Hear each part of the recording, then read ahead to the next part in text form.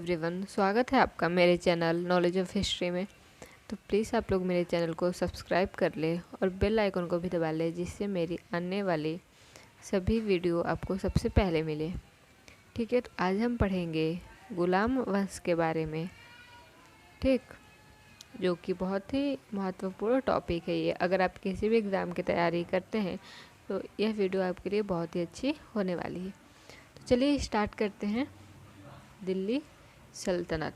ठीक है, गुलाम वंश 1206 ईस्वी से 1290 ईस्वी तक दिल्ली सल्तनत के सुल्तान गुलाम वंश के सुल्तानों के नाम से विख्यात हुए, जिसका संस्थापक कुतुबुद्दीन ऐबक था। ठीक है, कौन था जिसका संस्थापक? कुतुबुद्दीन ऐबक। यद्यपि वे एक वंश के नहीं थे, वे सभी तुर्क थे तथा उनके वंश पृथक पृथक थे। साथ ही वे स्वतंत्र माता पिता की संतान थे। ठीक है, अतः इन सुल्तानों को गुलाम वंश के सुल्तान कहने के स्थान पर प्रारंभिक तुर्क सुल्तान या दिल्ली का ममलूक, ठीक है,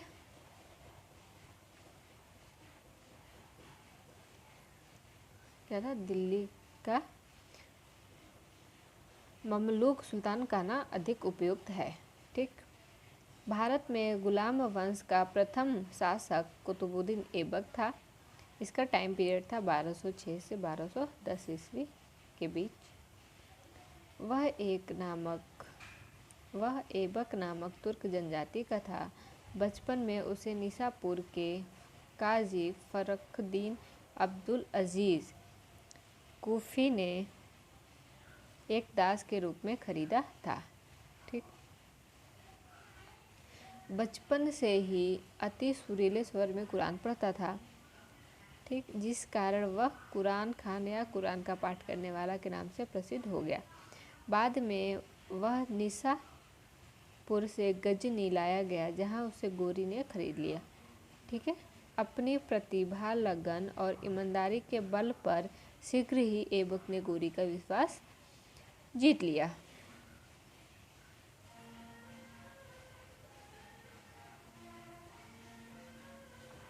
ठीक है, विश्वास प्राप्त कर लिया। गोरी ने अमीर ए आखुर के पद पर प्रोन्नत किया। ठीक, उसने अपना राज्याभिषेक गोरी की मृत्यु के 3 माह पश्चात, ठीक है, 1206 ईस्वी में कराया था। ऐबक की राजधानी लाहौर थी। ऐबक ने कभी सुल्तान की उपाधि धारण नहीं की थी। कौन? कुतुबुद्दीन ऐबक जो था वो कभी सुल्तान की उपाधि धारण नहीं की थी। उसने केवल मलिक और सिपह सालार की पदवियों से ही अपने को संतुष्ट रखा। ठीक है, गोरी के उत्तराधिकारी गियासुद्दीन महमूद से मुक्ति पत्र प्राप्त करने के बाद 1208 ईस्वी में ऐबक को दासता से मुक्ति मिली। ठीक,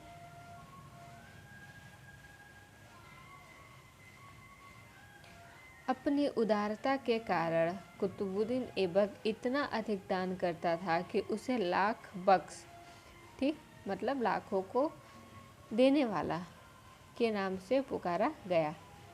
ऐबक ने दिल्ली में कुवैत उल इस्लाम और अजमेर में 2.5 दिन का झोपड़ा नामक मस्जिदों का निर्माण कराया था। ठीक है, कुतुबुद्दीन ऐबक ही अजमेर में जो 2.5 दिन का झोपड़ा है उसको वो बनाया था। ठीक, उसने दिल्ली में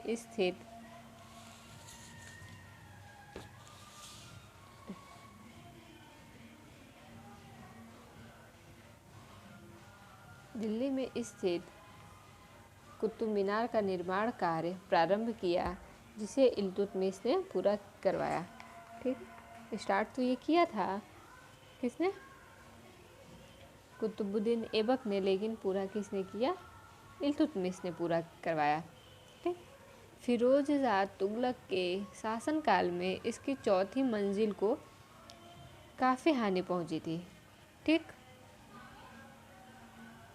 जिस पर फिरोज ने चौथी मंजिल के स्थान पर 2 और मंजिलों का भी निर्माण करवाया। ठीक है।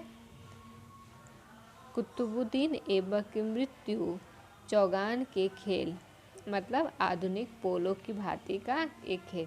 ठीक, आधुनिक खेल जैसे इस टाइम पोलो है, उस टाइम क्या था, चौगान खेलते थे, में घोड़े से गिरने के दौरान 1210 में हुई थी। 1210 ईस्वी में कुतुबुद्दीन ऐबक चौगान खेलते समय घोड़े से गिर गया था, ठीक, और उसकी मृत्यु हो गई।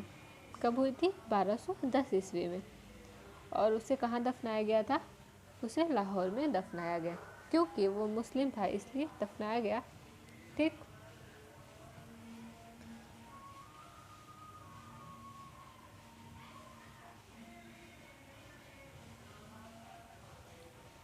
दिल्ली सल्तनत का पहला सुल्तान इल्तुतमिश था। उसने सुल्तान के पद की स्वीकृति खलीफा से प्राप्त की।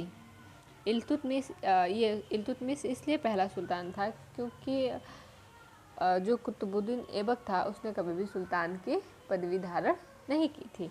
ठीक है, तो क्वेश्चन में ऐसा आ सकता है भ्रम पैदा करने के लिए, क्योंकि गुलाम वंश का संस्थापक तो कुतुबुद्दीन ऐबक था, फिर यहाँ ये ऐसा क्यों कह रहा है कि दिल्ली सल्तनत का पहला सुल्तान कौन था? ठीक, तो हम क्या टिक करके आएंगे? इल्तुतमिश। ठीक, उसने सुल्तान के पद की स्वीकृति खलीफा से प्राप्त की। खलीफा ने इल्तुतमिश के शासन की पुष्टि उस सारे क्षेत्र में कर दी जो उसने विजित किया और उसे सुल्तान ए आजम की उपाधि प्रदान की। ठीक है, गुलाम का गुलाम, मतलब ऐबक जो स्वयं गुलाम था का गुलाम इल्तुतमिश को कहा जाता है। ठीक, क्योंकि कुतुबुद्दीन ऐबक जो था वो खुद गुलाम था मोहम्मद गोरी का, उसका गुलाम इल्तुतमिश। ठीक, इसलिए क्या कहा जाता है? गुलामों का गुलाम। इल्तुतमिश इलबरी जनजाति का तुर्क था। ठीक है, सुल्तान बनने से पहले वह बदायूं का सूबेदार था। 1205 ईस्वी से 1206 ईस्वी में खोखर जाति के विद्रोह को दबाने के लिए किए गए अभियान में वह मोहम्मद गोरी और ऐबक के साथ था। ठीक है, युद्ध में उसने साहस और कौशल का परिचय दिया, जिससे प्रभावित होकर गोरी ने ऐबक को उसकी दासता से मुक्त करने का आदेश दिया। ठीक,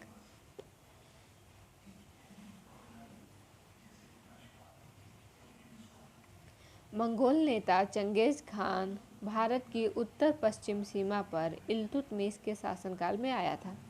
ठीक है, मंगोल जो नेता था चंगेज खान, वो भारत की उत्तर पश्चिम सीमा पर इल्तुतमिश के शासनकाल में आया था। चंगेज खान के प्रकोप से रक्षार्थ ख्वारिज्म शाह का पुत्र जलालुद्दीन मंगरबरनी सिंधु घाटी पहुंचा। संभवतः चंगेज खान ने इल्तुतमिश के पास अपने दूत भेजे थे, वह मंगरबरनी की सहायता न करे, अतः इल्तुतमिश ने उसकी कोई सहायता न की, और जब मंगरबरनी ने 1224 ईस्वी में भारत से चला गया तो इस समस्या का समाधान हो गया। ठीक है,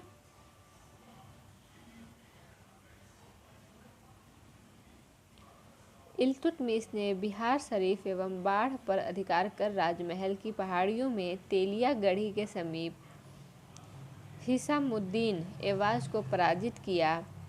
एवाज ने इल्तुतमिश की अधीनता स्वीकार कर ली। इल्तुतमिश ने एवाज के स्थान पर मलिक जानी को बिहार का सूबेदार नियुक्त किया। ठीक, बिहार का सूबेदार के रूप में इल्तुतमिश ने एवाज के स्थान पर किसको किया था? मलिक जानी को नियुक्त किया था सूबेदार के पद पे। इल्तुतमिश ने ही भारत में सल्तनत काल में सर्वप्रथम शुद्ध अरबी सिक्के चलाए थे। सल्तनत युग के दो महत्वपूर्ण सिक्के, चांदी का टंका जो कि 175 ग्रेन का होता था और तांबे का जीतल, उसी ने आरंभ किया तथा सिक्कों पर टकसाल का नाम लिखवाने की परंपरा शुरू की। ठीक है, 1229 ईस्वी में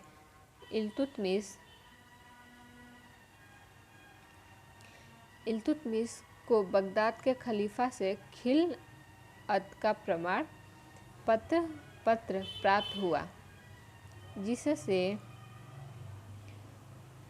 इल्तुतमिश वैध सुल्तान और दिल्ली सल्तनत स्वतंत्र राज्य बन गया। इब्न बतूता के वर्णन से ज्ञात होता है कि इल्तुतमिश ने अपने महल के सामने संगमरमर की 2 शेरों की मूर्तियां स्थापित कराई थी, जिनके गले में 2 घंटियां लटकी हुई थीं, जिनको बजाकर कोई भी व्यक्ति सुल्तान से न्याय की मांग कर सकता था। ठीक। इल्तुतमिश ने सभी शहरों में काजी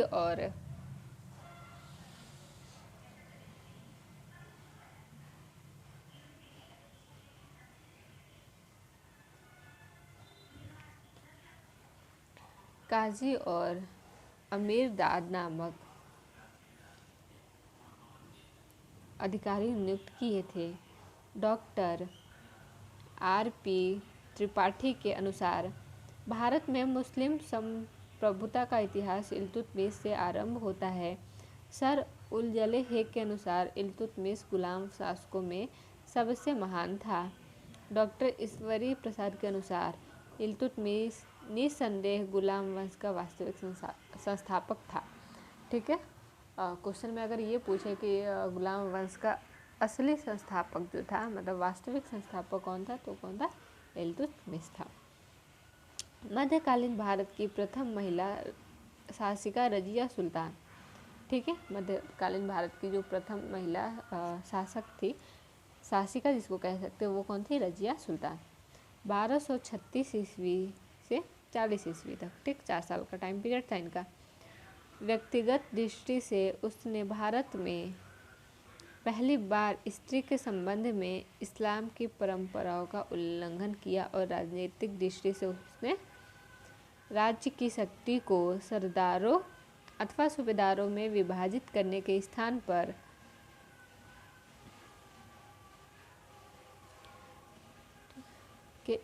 पर सुल्तान के हाथों में केंद्रित करने पर बल दिया तथा इस प्रकार उसने इल्तुतमिश के संपूर्ण प्रभुत्व संपन्न राजतंत्र के सिद्धांत का समर्थन किया, जो उस समय की परिस्थितियों में तुर्की राज्य के हित में था।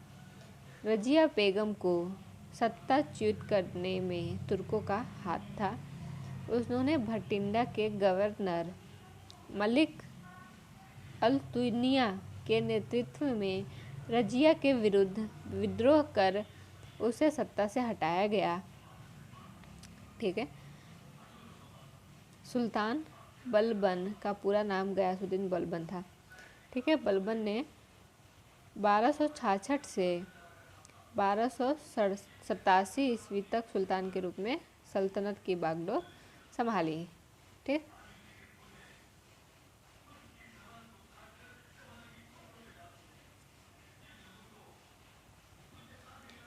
उसे उलुग खान के नाम से भी जाना जाता है। उसका वास्तविक नाम बहाउद्दीन था।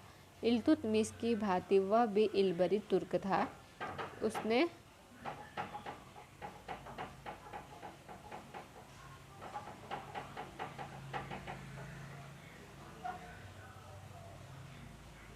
एक नवीन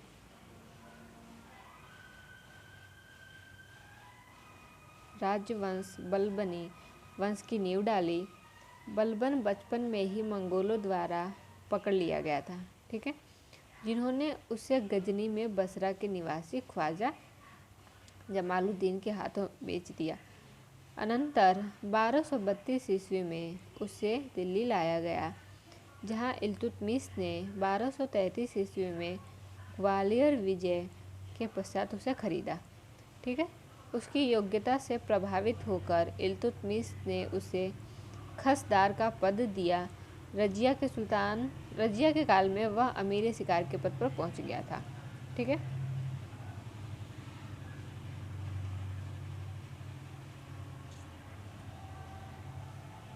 रजिया के विरुद्ध षड्यंत्र में उसने तुर्की